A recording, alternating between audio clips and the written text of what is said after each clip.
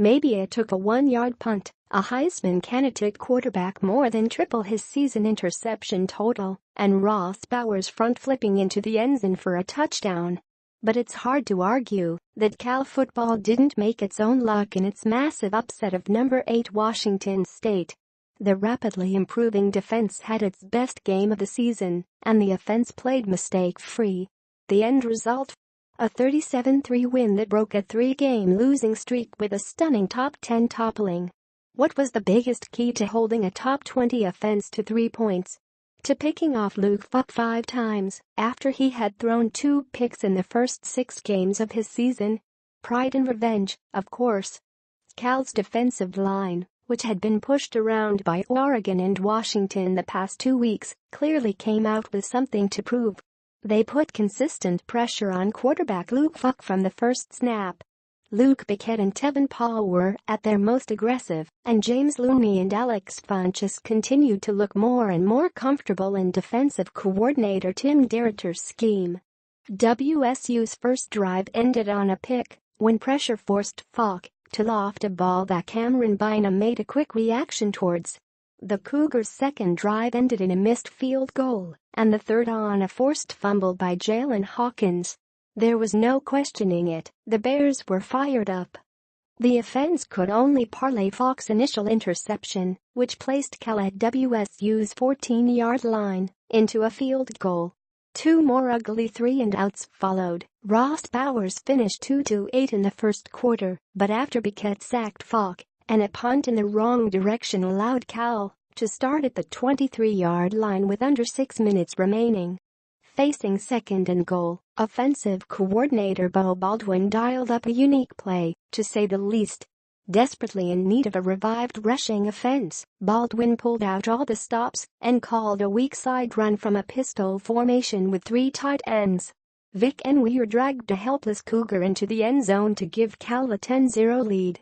On the next drive, a timely run stuff courtesy of Looney cost the Cougars 8 yards in the red zone. Another sack by Cameron Good almost took Washington State out of field goal range, but Eric Powell nailed a 52-yarder to put the Cougars on the board and cut Cal's lead to 10-3. 2 penalties on left tackle Cameron Bennett, false start, ineligible receiver downfield, cost the Bears a chance at a score on the next drive after Bowers got into a good rhythm by nailing some short throws. A lengthy 12-play drive with 3 third-down conversions had the feeling of an inevitable Cougars score. Bynum, however, had other plans and reeled in his second pick, reading the quarterback's eyes from the snap and making a perfect play on the throw. With a minute left in the first half, a muffed Cougars punt went for a grand total of 1 yard and gave the Bears the ball at WSU's 45. Bowers put together one of the finest drives of his young career, going 6/6 on the drive and capping it off with a great throw on play action with no time remaining in the half to Kyle Wells, giving Cal a 17-3 halftime lead. The defense had no intentions of slowing down in the second half, picking Falk off twice in the third quarter and adding injury to insult with 4 sacks and a handful of additional quarterback hits. Neither offense could get much of anything going, however, and the only score came on a 46-yard kick from Cal's Matt Anderson. And Weir finally got things truly going on the ground on the last drive of the third quarter that dragged into the fourth, accounting for 58 rushing yards and almost tripling his then total. If there was any question that Cal's win was fated, it was eliminated with Ross Bowers' front flip into the endzone for a 7-yard touchdown, almost an exact replica of a play he pulled off in high school that initially put him on the national map. 27-3 Bears. Cal's offense was content to run the rest of the game out, but the defense was intent on embarrassing Falk even further. With 5 minutes remaining, Jordan Kunazisk forced a fumble on a massive sack and Gerard Brown brought the ball in for a fumble to extend the lead to an absurd 36-3.